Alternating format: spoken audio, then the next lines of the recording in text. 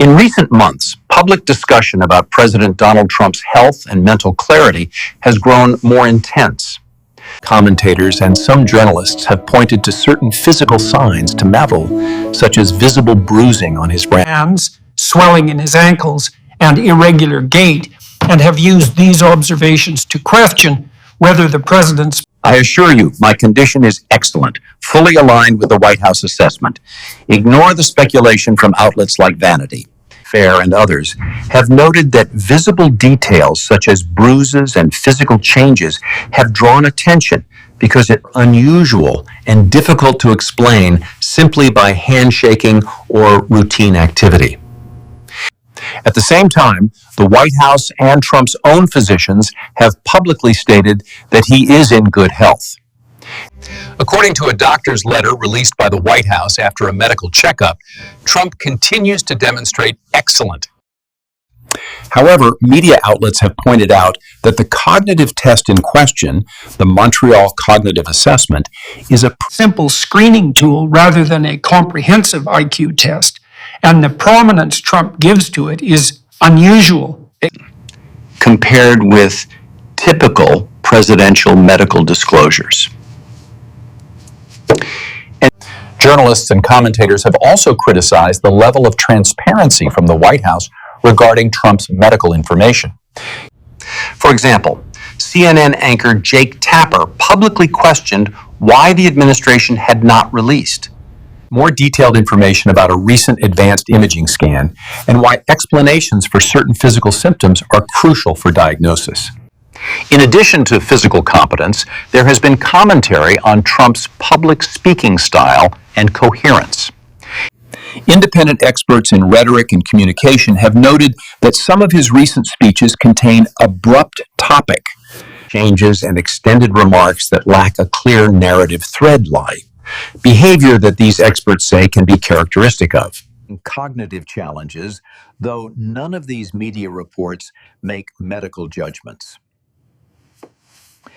It's also worth noting that the president's age has been a factor in the news coverage. At 79, he is the oldest person ever to serve as U.S. president, which naturally raises media interest in his health. Trump's annual physical exams, including a second routine medical visit within 6 months this year, have fueled debate over how much medical scrutiny is appropriate and how much information should be disclosed to the public. Overall, the media landscape reflects a divergence between official statements from Trump and his medical team. I want to stress the strong link between health and fitness, but public observation forces me to express serious doubts and concerns based on what we are seeing. This is Hen van Torteljeperteniers, but the ongoing coverage shows that questions about Trump's health and cognitive function are now a persistent subject in national and international reporting. Trump's physician reported after a semi-annual checkup at Walter Reed that the advanced imaging tests normal quality. A White House memo from Dr. Sean Barbabella, the president's doctor, said recent MRI scans October were perfectly normal and described them as preventative evaluations for someone in his age group. Trump recently said that his former White House physician, Ronnie Jackson, told him he was by far the healthiest compared with... According to People magazine, I am by far the healthiest compared with former presidents Barack Obama and Joe Biden. Vanity Fair Year in Review. Several news outlets documented ongoing public discussion about Trump's health in 2025. The swelling and these visible bruises are symptoms of a medically diagnosed condition called chronic venous insufficiency. When we talk about physical exams, we must also consider the complexities surrounding selective medical disclosure. It's a critical ethical tightrope. According to People magazine, I am by far the healthiest compared with former presidents Barack Obama and Joe Biden. Vanity Fair Year in Review. Several news outlets documented ongoing public discussion about Trump's health in 2025. The swelling and these visible bruises are symptoms of a medically diagnosed condition called chronic venous insufficiency. When we talk about physical exams, we must also consider the complexities surrounding selective medical disclosure. It's a critical ethical tightrope. When you listen to that speech, the thought that crosses your mind is that it sounds, frankly, manic. When you listen to that speech, the thought that crosses your mind is that it sounds, frankly, manic. And question the White House's description of his imaging tests, saying that such scans are not typically Preventive and are usually triggered by a specific clinical concern.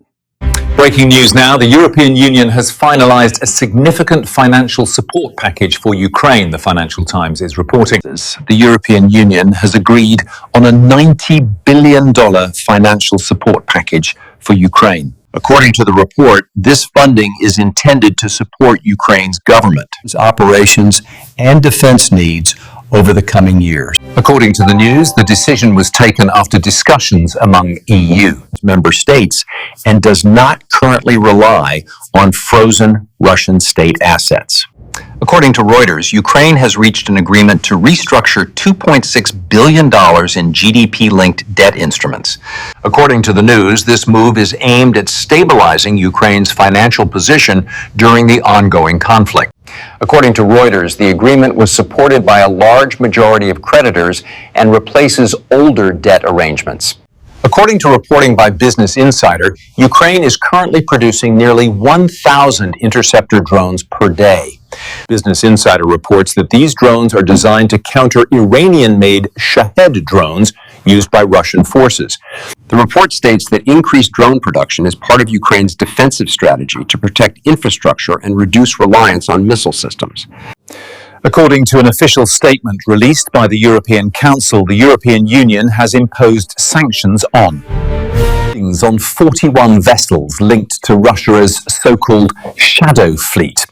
The European Council reports that these vessels are suspected of helping Russia bypass existing oil trade restrictions.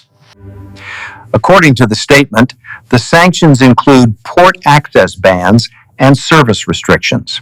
We begin with breaking news. Russia has started the process of deploying tactical missiles on Belarusian territory, raising alarms across Europe. As you can see on this tactical map, Russian forces have moved missile launchers deep into Belarusian territory. According to Associated Press Pantry, Belarusian President Alexander Lukashenko has confirmed that Russia has deployed a nuclear-capable missile system in Belarus. AP News reports that this deployment reflects ongoing military cooperation between Russia and Belarus. According to AP News, no immediate operational changes were announced following the deployment. According to AP News, no immediate operational changes were announced following the deployment. Good evening. Tonight we examine the ongoing diplomatic efforts and the challenging path toward establishing lasting peace in the region. According to Reuters, Ukraine has shared updated peace proposals with international partners, including U.S. officials. Reuters reports that these discussions are part of ongoing diplomatic efforts involving European leaders. According to Reuters, no final peace agreement has been announced so far. Based on the information reported by Reuters, Financial Times, AP News, and other verified sources, it appears that the Ukraine war is entering a phase where economic support, military technology, and diplomacy are becoming as important as battlefield developments. From my perspective, the European Union's financial support suggests the future of warfare is increasingly relying on technology rather than traditional large-scale troop movements. And are also focused on shaping future negotiations, even if no final agreement is currently in place. According to Business Insider and corroborated by international reporting, Ukrainian forces conducted a drone attack. We begin tonight with breaking news regarding a strike against a Russian-linked oil tanker named Khandil in the Mediterranean Sea. This marked the first known Ukrainian strike on a Shadow Fleet vessel at this maritime distance. These Shadow Fleet ships are accused of helping Russia bypass sanctions and generate revenue for the war effort. This event suggests that Ukraine is expanding operations into new geographic theaters and targeting economic infrastructure linked to Russia's conflict financing. Segment 3. Putin's statement on war goals. According to AP News, Russian President Vladimir Putin spoke at his annual news conference and stated that Russia's military goals in Ukraine remain unchanged. Putin reaffirmed intentions regarding territorial objectives and reiterated conditions he believes are necessary for Russia's participation in any negotiated peace, including limits on Ukraine's Western alliances and demands over recognized borders. AP News, Putin press conference. This statement occurred concurrently with ongoing frontline fighting and reflects Moscow's perspective on the conflict's continuation. According to Interfax Ukraine, the European Council has announced plans to adopt a 20th package of sanctions. These sanctions are intended to further increase pressure on Russia in coordination with G7 partners and aim to reinforce anti-circumvention measures on trade and financial flows. This is segment 5. Ukraine's energy infrastructure is under attack tonight, with reports of multiple strikes targeting power stations and According to reporting from Kyiv Independent, Russia's attacks on Ukraine's energy infrastructure have left. Tens of thousands of consumers are without electricity across multiple regions, including Odessa, Dnipropetrovsk, and Sumy, Zaporizhia, and Donetsk oblasts. The Ukrainian national power company Ukrenergo reported that emergency crews are working where it is safe to do so, while some facilities await military clearance before repairs can proceed. Such attacks on critical infrastructure have humanitarian and operational implications for both civilians and defense logistics. Welcome back to segment 6. We are tracking the latest developments in the Ukrainian counteroffensive, which appears to be accelerating in the south. According to the Kyiv Independent's live reporting, Ukrainian forces have reclaimed 16 square kilometers near Pokrovsk in a tactical advance amid continued Russian pressure. This local success highlights ongoing. Looking closely at the ground operations, we can now illustrate how the frontline dynamics are currently evolving. Ground operations and illustrates evolving frontline dynamics. These gains occur alongside protracted engagements, such as the Huliaipol offensive in southern. The conflict in Ukraine has been ongoing since September 2025. According to Wikipedia data, the situation remains unresolved. Welcome to the personal analysis section, where I'll break down the key factors. Now, this next part is my personal analysis, drawn from the verified news reporting you've just heard. From my perspective, what we see in these developments is a multidimensional phase of the conflict, and financial endurance is becoming as crucial as battlefield action.